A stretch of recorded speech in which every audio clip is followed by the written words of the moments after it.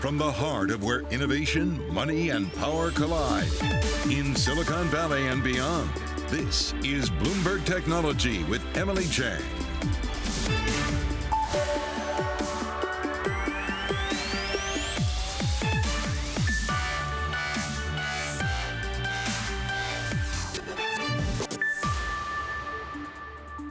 I'm Emily Chang in San Francisco, and this is Bloomberg Technology. Coming up in the next hour, lights, camera, Amazon.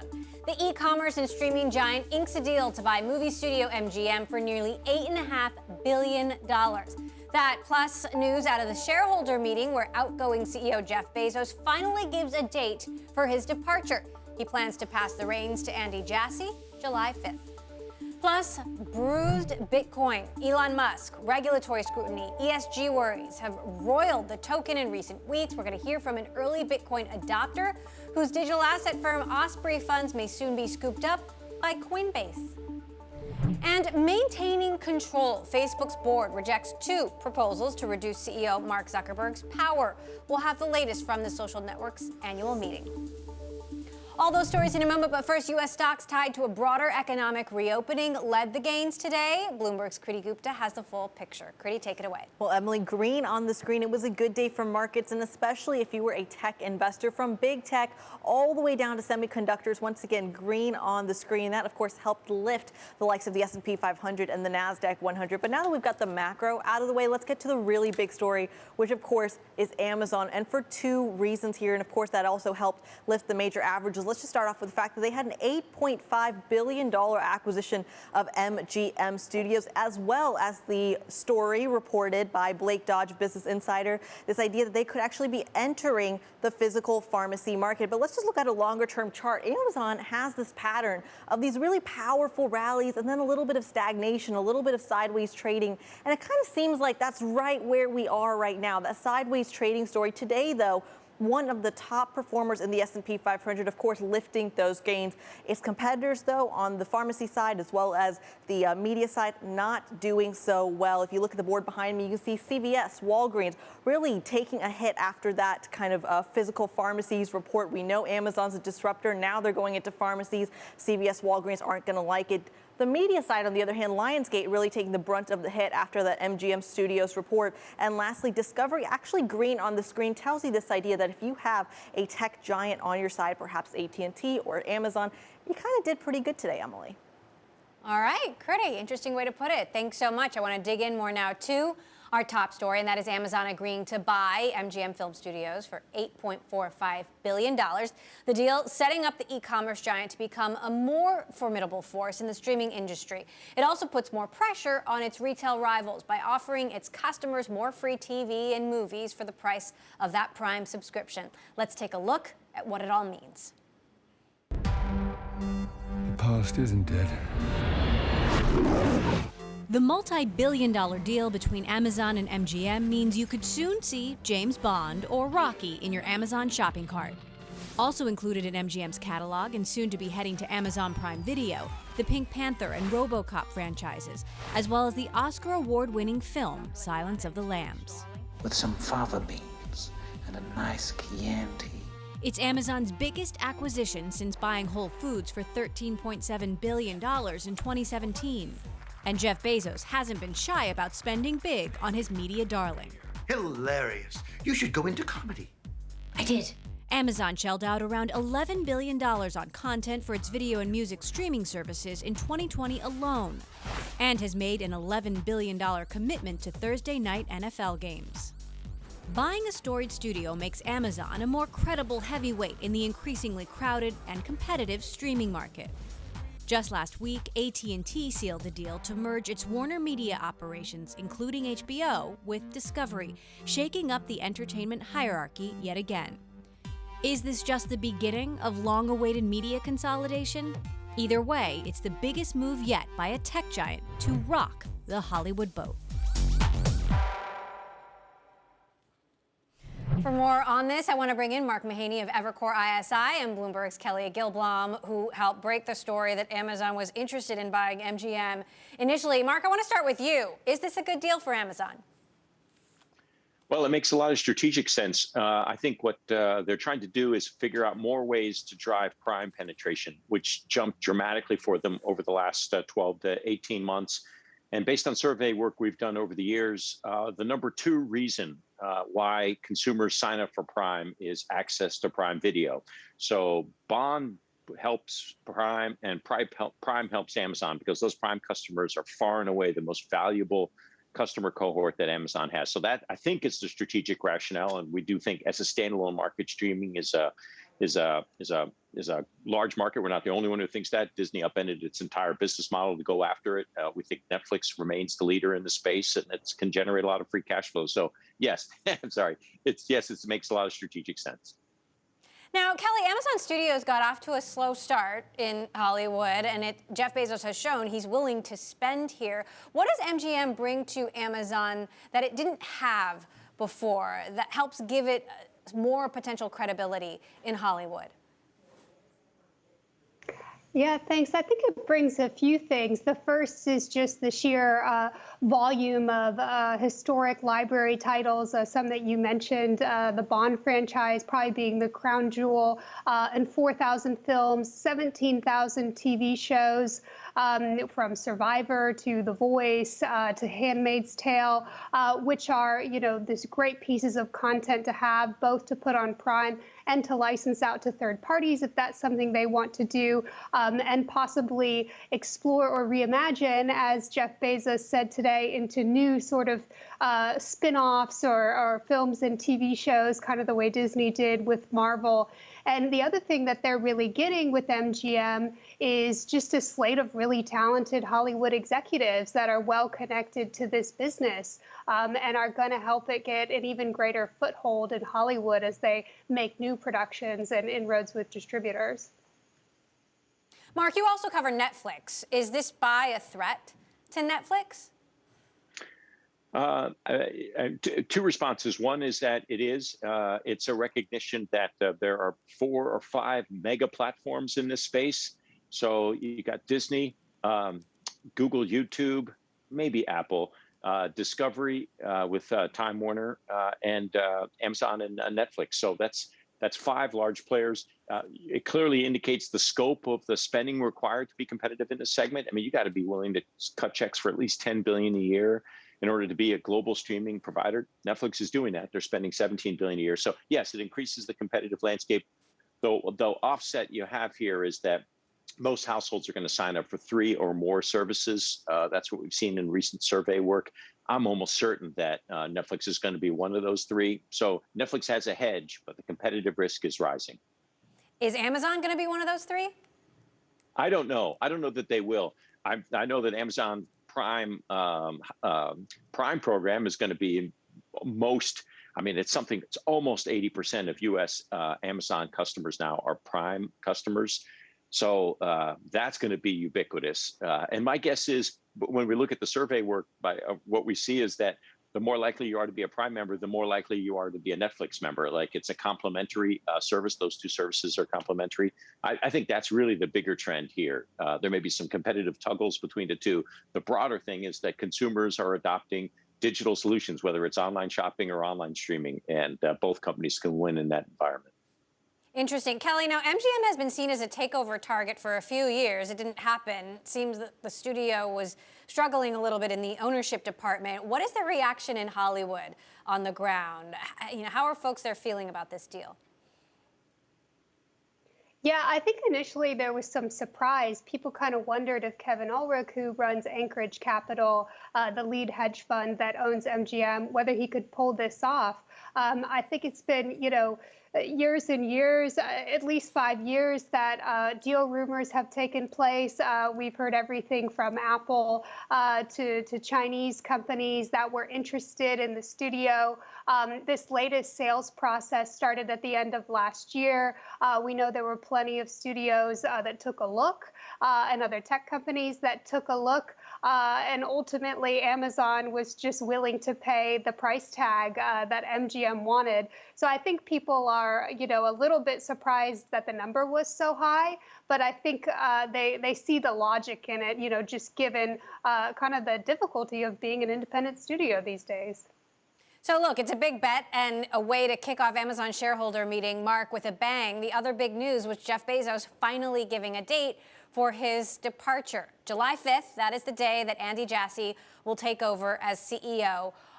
Are you at all concerned about Bezos leaving the CEO role? I mean, looking at the big bets that the company has made, many of which, not all of them, but many of which have clearly paid off. Well, I've always had a bias for founder-led companies, and so if he's not going to have an active role in the company, I think at some level that makes Amazon as a stock less attractive. The open question is, he says he's going to stay as an executive chairman. The more that's executive and not chairman, the better it is for Amazon shareholders. I think what Brad Stone has pointed out better than anybody else is that Bezos has really been the inventor-in-chief which is rare, but inventor-in-chief at Amazon, and some of their best ideas, he was single-handedly or very heavily-handedly involved in generating Alexa, AWS, et cetera. So the company can operate extremely well. They innovate well without him. That's the big question mark for investors. All right. Well, Brad's actually going to be joining us later in the hour, so we'll talk to him a little bit more about that at the bottom of the hour. Mark Mahaney of Evercore, Bloomberg's Kelly Gilblom, thank you so much for joining us. All right, coming up, Bitcoin bounces off $40,000 yet again as crypto volatility continues. We'll discuss. Plus, a quick look at tech earnings. NVIDIA out after the bell with better than expected first quarter revenue, also beating the street for its second quarter product revenue. Software company Snowflake. And Okta announces its CFO is stepping down as it boosted full-year revenue. Its full-year revenue forecast also beating estimates. Plenty more next. This is Bloomberg.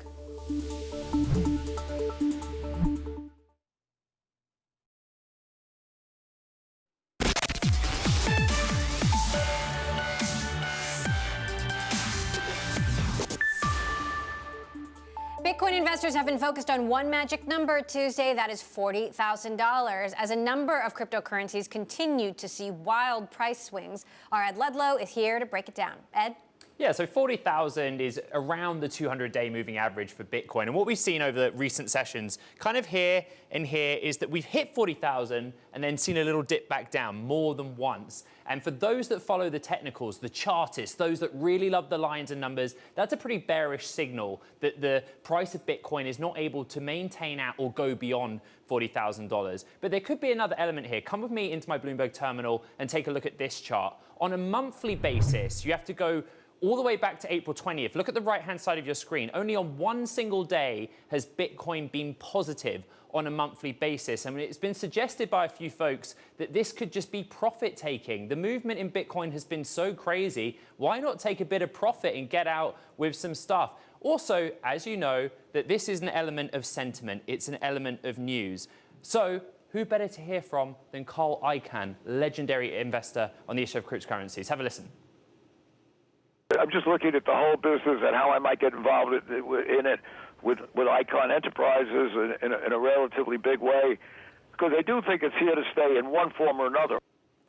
I think what's really interesting we've been talking about recently is the spillover into other asset classes. There was a study from DBS Securities in Singapore that said some of the volatility that we've seen in stocks is attributable to what we're seeing in cryptocurrencies. But those crypto-related stocks directly, my goodness, look at some of the moves. DMG Blockchain Solutions up more than 15%. Marathon Digital Holdings up 11.6%. When we see those big swings in cryptocurrencies like Bitcoin, those related stocks follow suit. Apart from Coinbase, just chilling out, down 0.4%. Emily. All right, Ed, thanks for the roundup. I want to stick with Bitcoin and the broader crypto landscape with early Bitcoin adopter, the CEO of digital asset management firm Osprey Funds. Greg King is with us. So, Greg, look, you've been in this business a long time. What advice do you have for the folks out there who are dealing with this volatility and haven't been through 3 or 4 cycles of it? Stick with it. You know, I've been involved in a long time in Bitcoin years. It's like 80 years. In real life, it's 7 or 8 years. But this is going to happen. You know, don't forget that Thanksgiving-ish is when we crossed the previous all-time high of 20,000. And we're talking about its failure to breach 40,000 to the upside, right? So people are still up 100% since Thanksgiving, to put that in context. This was a big drawdown, though. It's definitely stomach churning for most investors. And that's why you want to take and right-size your portfolio, basically invest as much as you're willing to sort of, deal with this volatility on. And about diversity, I understand you tell folks to diversify their portfolios. Bitcoin obviously isn't the only asset, but for folks who want to know, well, where should I go? Doge? I mean, that, I still don't get it.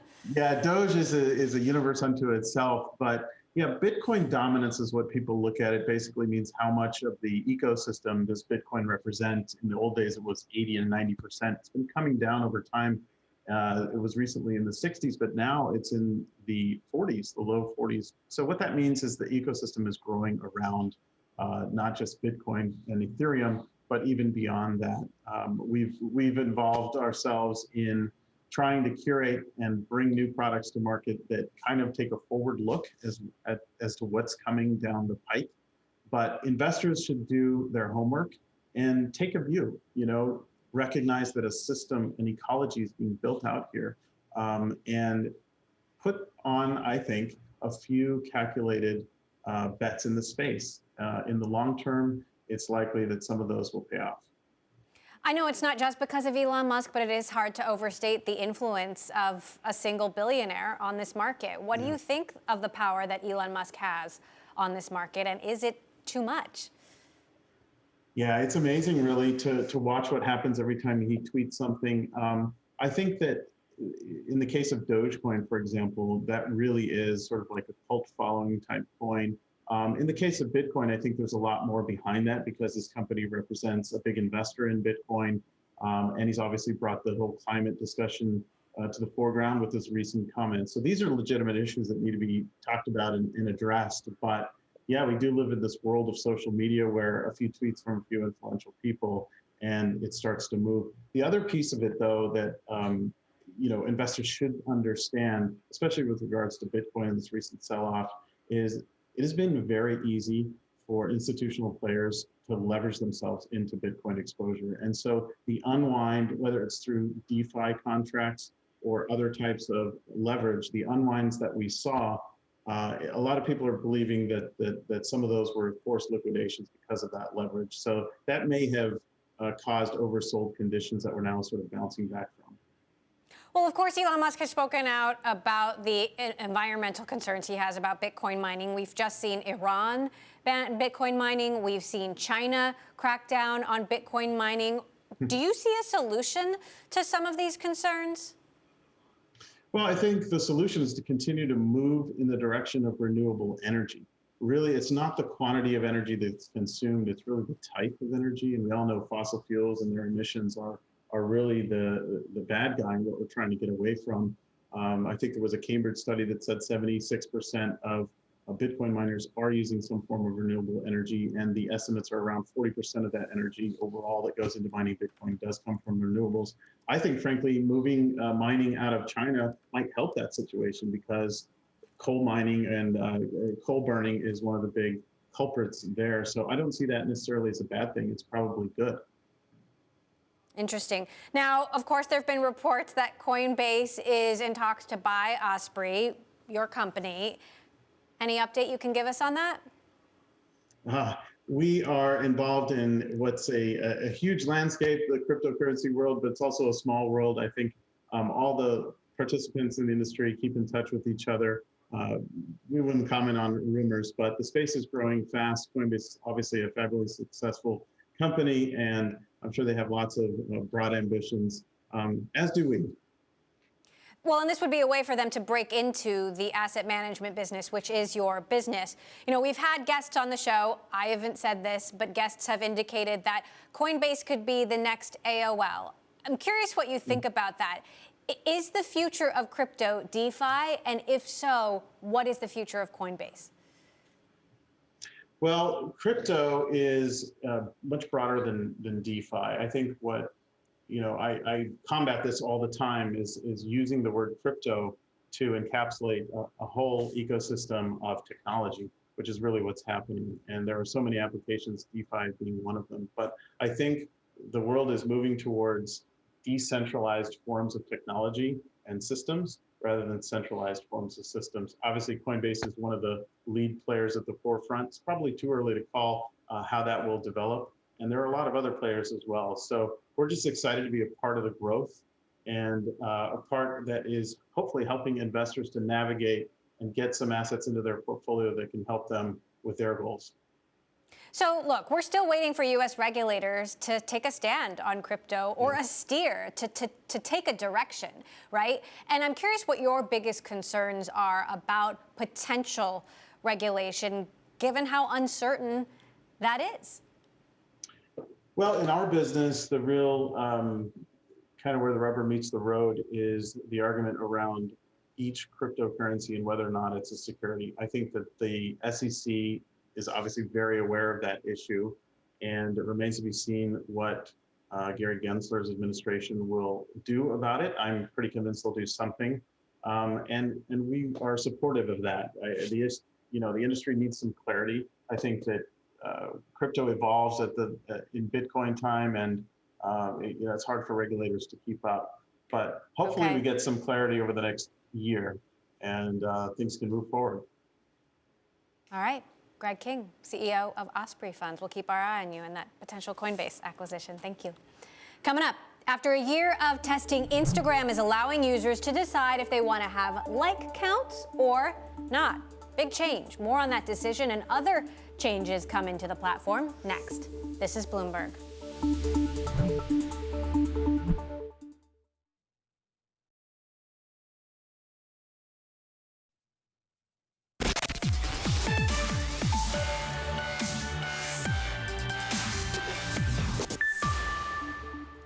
Some other stories we're watching. After years of deliberating, Instagram will now let users decide whether to hide the number of likes on their posts from themselves or others. The company floated the idea over concerns that likes made the app competitive and created anxiety for some users. Facebook's head of Instagram says tests of the function haven't had much impact on user behavior so far. And as rules around COVID in the U.S. start to relax, a lot more people are left with higher streaming bills. A survey conducted by Bloomberg by Chorus found people are subscribing to more services than they were a year ago. And consumers' budgets went up too, especially as a number of new services, including Peacock and Discovery Plus, launched in the middle of it all. You can check out the full results of that survey at Bloomberg.com. Coming up, we stick with streaming and get back to Amazon's blockbuster deal for MGM, what it means for Amazon's competition in the streaming wars, and plus the company hosting its annual shareholder meeting. We'll have the latest next. And later, the cloud-based bill payment company Paymentus seeing a lot of green in its public debut. My conversation with the CEO coming up. This is Bloomberg.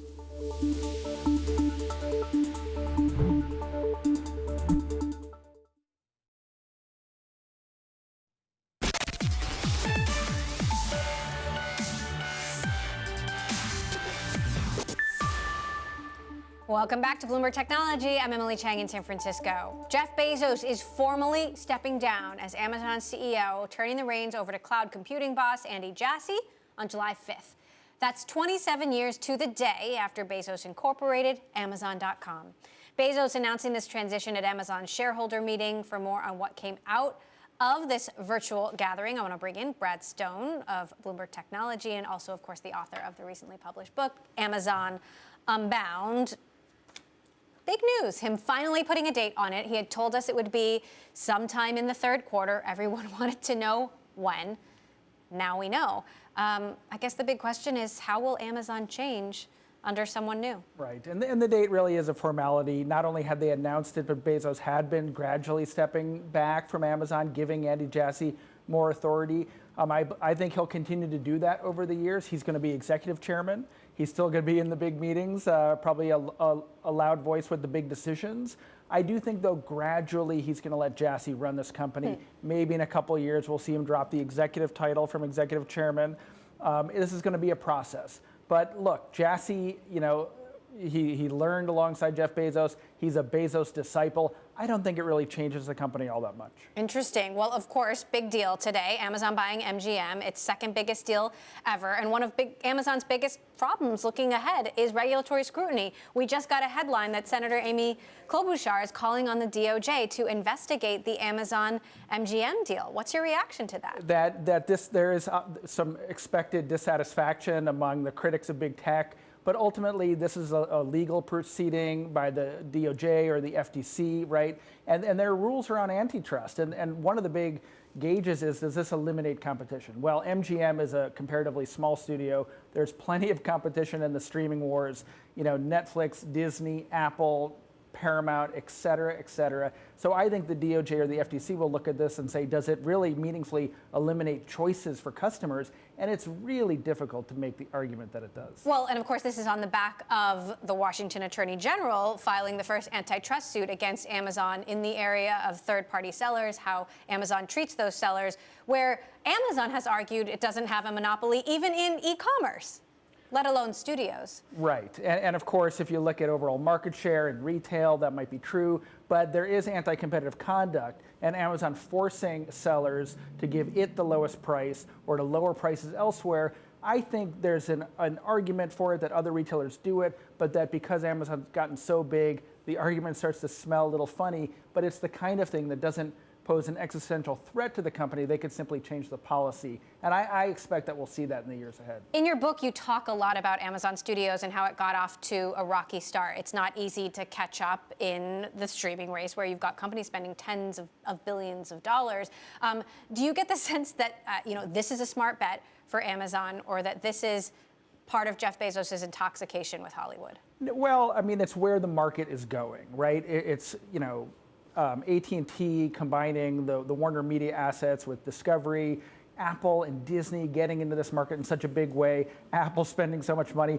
This race has become about intellectual property, about franchises, about global hits. And in that respect, Amazon, even though it's built a big business with Prime Video, is behind. So with MGM, they're getting franchises, they're getting James Bond and Rocky, and this vast library of content that they can advertise around and build out the Prime Video catalog. Well, obviously it'll remain to be seen if this is a good deal. Looking at Whole Foods, it seems that, it's still pretty mixed on whether that was a good deal and whether Amazon has done the right things with it, right? With grocery, yeah, you look at Amazon's physical retail business, and it hasn't really grown. That was one of those acquisitions where Amazon bought it, allowed it to run independently, learned from it, and now we're seeing Amazon introduce its own Amazon Fresh supermarkets around the country. I expect the MGM deal will be different. They're really going to integrate that and bring it in-house and really exploit and monetize the content that MGM has. Interesting. All right, Brad Stone out with a new book, Amazon Unbound. You can get it on Amazon and bookstores, of course. Okay, meantime, the cloud-based electronic billing company Paymentus surging in its public debut. Shares open nearly 40% above the IPO price of $21 a share. Here to talk about how the company is trying to simplify some of the more archaic aspects of customer bill payment is CEO Dushyant Sharma. Joining us now from the New York Stock Exchange. Dushyant, thank you so much for joining us. Big day for you. Why did you choose the route of a traditional IPO when SPACs and direct listings are becoming more popular? Well, it is a big day indeed for Paymentus. It's a big day for Paymentus team. It's a big day for Paymentus clients, as well as the prospective clients who are looking to join our platform.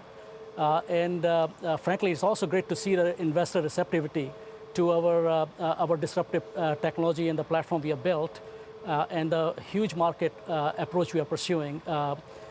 As you know, bill payments is a big market. There are trillions of dollars of household spend in U.S. alone. And despite our scale of billions of dollars of processing through our platform, we feel like we're just getting started. And given the journey, given the process we are already on in our process to build a large business, the normal IPO or the traditional IPO made the most sense to us. Now, talk to us about, Flywire. You're the second fintech company to go public today. Flywire was the other one. Why do you think fintech is having a moment? Well, first of all, payment is a huge industry, and as a large industry, and payments has been around for as long as businesses have been around in some ways. And we as a company, we focus primarily on simplifying the bill payment experience for billing companies of all sizes: utilities, insurance, consumer finance, healthcare, and telecom, and others. And what we are seeing is it's not necessarily just a moment. It is basically the way the businesses will be operating going forward. It's all about simplifying customer experience, and we believe our platform fits exactly the type of platform the billing companies are looking for, and that's why we believe it will continue to grow as a business. Paymentus does work with PayPal. I'm curious how that partnership works. Well, PayPal and Paymentus, we have a great partnership. PayPal and Paymentus, both organizations, are focused on customer-centric innovation. We are all about improving customer experience. And as part of that, we have chosen PayPal to partner as our partner for global processing of payments. And PayPal has chosen Paymentus to partner with us to use our technology to bring bill payments into PayPal's customer experience of the apps. So where PayPal customers will be able to pay all their bills using PayPal app, and we are the technology and the infrastructure behind it. You also partner with Amazon and Walmart, and given all the scrutiny on Amazon right now, I have to ask, how do you feel about your partnership with Amazon, and how does Amazon treat you as a partner? Amazon has been a great partner for us. Actually, we feel like that Amazon as well has very similar DNA to Paymentus. They're about improving customer experience, and we believe the model which Amazon is pursuing, which is to simplify customer experience by allowing customers to ask Alexa about bills and also process payments using our platform in the back is actually a remarkable thing for the industry. Billing companies are looking for improving customer experience, and that's where our platform allows them to do that. And frankly, in some ways, Paymentus is all about customer choice. We want to be wherever customers are, and we want to provide customers, users, an ability to pay bills wherever the customers want to. And Alexa plays a big role there, and so is Walmart. And we talked about PayPal, exactly the same reasons. All right, Paymentus CEO Dushyant Sharma. We'll keep watching. Thanks so much for joining us. Coming up, New York weighs a safety rating system to flag truck and SUV risks to pedestrians. More on how cities move in our City Lab segment next. This is Bloomberg.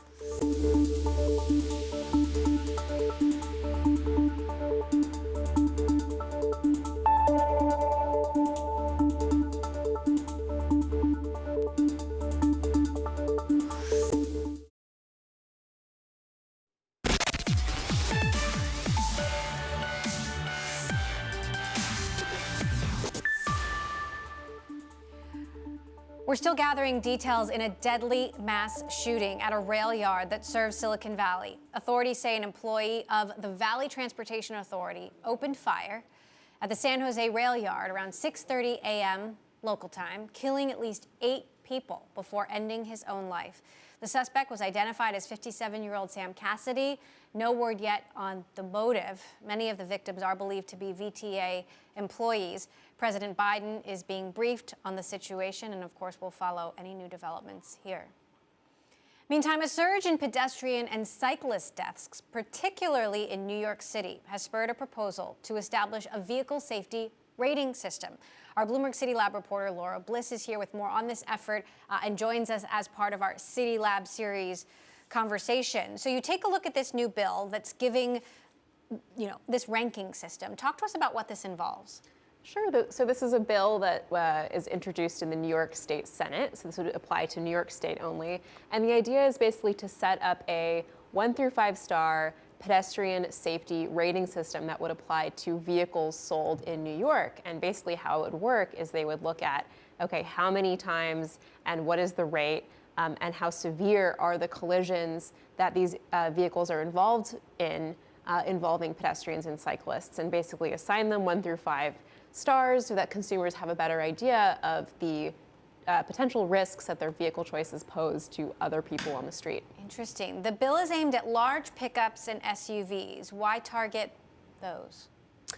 Yeah, so they're bigger. They're certainly bigger, right? And I mean, studies have shown that in collisions involving pedestrians and cyclists, they actually stand a 50% greater chance of dying when they are hit by an SUV, truck, bus, minivan, these large vehicles. And as you know, anybody who's been out on the streets can see that vehicle sizes have been getting larger in recent years.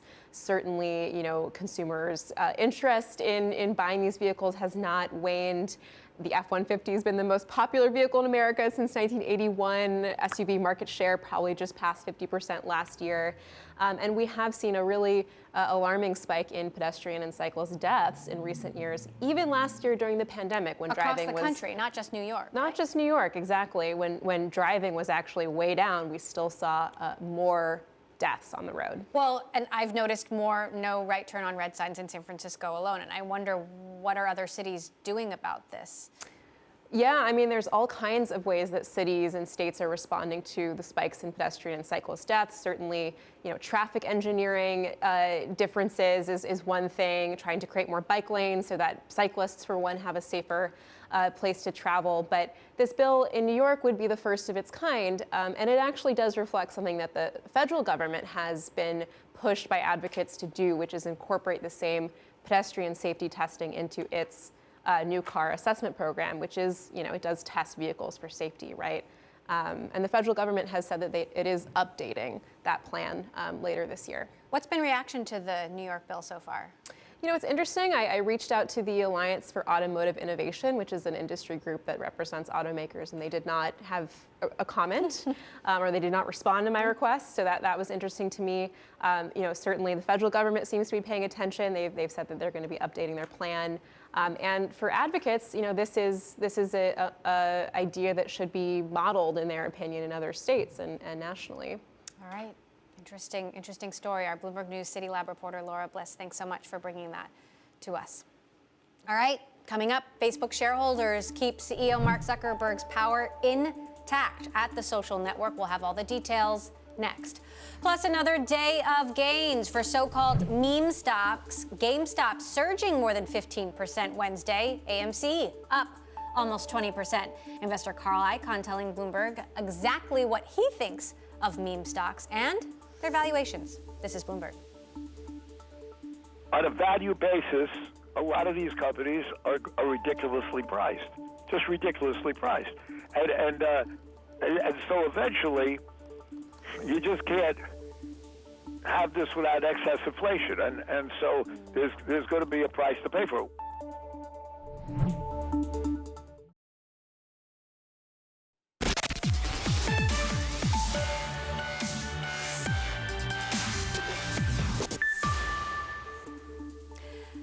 Welcome back to Bloomberg Technology. I'm Emily Chang in San Francisco. SpaceX successfully launched 60 more Starlink satellites into low Earth orbit Tuesday. It was a milestone moment for Elon Musk's company, being the 100th successful flight in a row and the 16th launch so far this year. But what does it mean for Starlink's deployment and SpaceX's other programs? Our Ed Ludlow joins us now with the latest. So talk to us about what SpaceX is trying to achieve with Starlink. Yeah, so this is a series or a constellation of satellites that allow you to have internet connection, even in the most remote parts of the world. And today's launch was important, on Tuesday's launch was important because they hit a number just shy of 1,600. That was their initial target for satellites that are as close to Earth as they could possibly be under the guidelines. And that distance allows really low latency, amazing connection where you can use that internet connection to stream video games or movies or whatever it is. But the point is, this isn't designed for urban cities like San Francisco. We're talking about the middle of Africa or Asia or wherever it might be where there's no landlines. But right now, it is just limited to North America and Canada because they're very much in beta testing mode. So talk to us about the relationship between Starlink and Musk's greater ambition to get to Mars. Twofold, money and practice. So, Elon Musk has been really open that the rocket launch business tops out at around $3 billion of revenue potentially each year. Starlink could generate as much as $30 billion of revenue each year. And remember that Elon Musk's central goal for SpaceX is interplanetary travel. He doesn't really care so much about the short things, the small things. It's about funding that human mission to another planet. But it's also good practice. Falcon 9 is the same rocket that carries astronauts to the International Space Station. If you want to test how long those rockets can last and how much you can reuse them, you don't do it when there's people on board. You do it when you're sending up the Starlink satellite. So it's really a proving ground for just how often they can reuse their tech. So let's talk about getting people on board because Blue Origin has said they plan to get the first human to space in July. We have an actual date. SpaceX hasn't happened yet. There's a hope that it happens sometime this year. SpaceX seems to have been moving so much more quickly than Blue Origin. Why is it taking so long? SpaceX has the benefit of the NASA relationship. You know, they really got in early with the commercial contract to take astronauts to the International Space Station and bring them back safely. And they've done it twice, right? And that is something that, simply put, Boeing, not just Blue Origin, but Boeing, you know, one of the oldest aerospace contractors in the world, just hasn't been able to do. They haven't been able to convince NASA that their craft are ready. Elon Musk is already thinking beyond that, about tourism, space tourism, high net worth individuals traveling around the moon. But his basic time frame is human orbit of Earth and the moon over the next year to 18 months.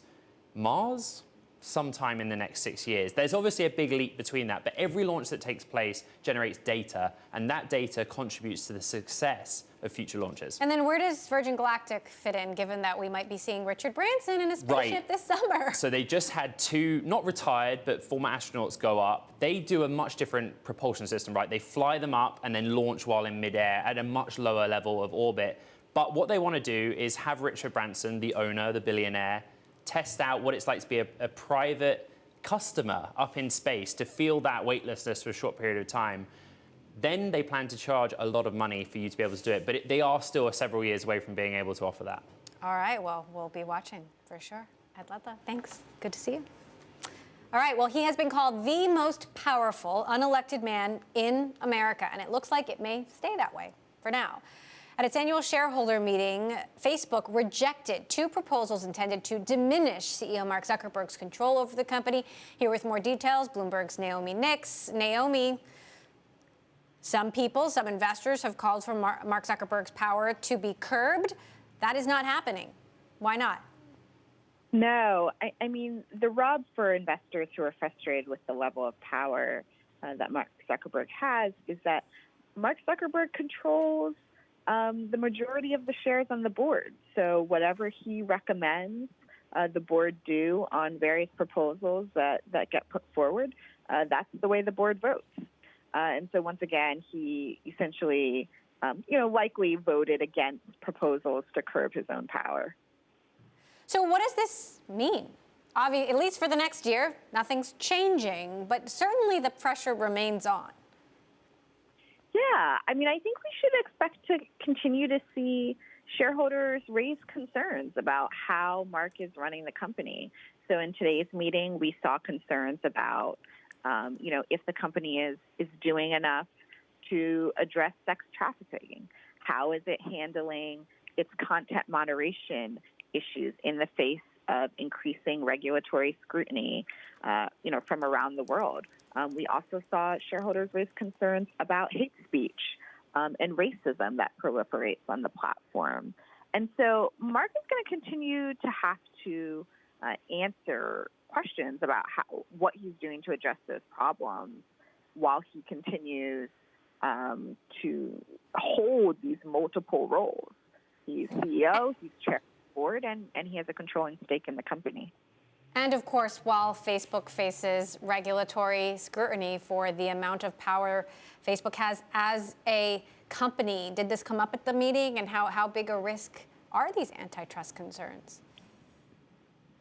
Certainly regulatory scrutiny did come up today, and I think they are a real concern. Obviously, both on the state level and on the federal level, antitrust regulators are looking at Facebook's power and dominance in the market. Facebook faces several inquiries around its handling of privacy issues. We're also seeing, Europe make moves to pass laws that restrict, privacy and data crossing borders. And then obviously Apple is also making some moves to restrict data collection. And so Facebook has to face a lot of that, especially because the core of its business is digital advertising. And that, is heavily centered on the ability to collect our personal information and monetize it. I want to ask you, before we go, about this Instagram story. Instagram has been testing hiding likes for a while. I feel like the test dragged on for a couple of years. Now they're finally giving users the option, but not making a choice as to whether they give us the option. They take away the option for everyone or not, I should say. What's your take on this? Yeah, I mean, I think it's interesting that Facebook, you're right, Facebook has been experimenting with this for a while.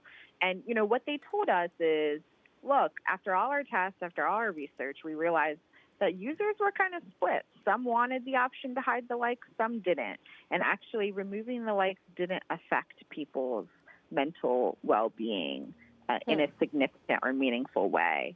And so I think this is Facebook's attempt to kind of give people what they want while addressing criticism that its platform, particularly Instagram, poses significant mental health, negative mental health effects on users who get caught up in popularity contests.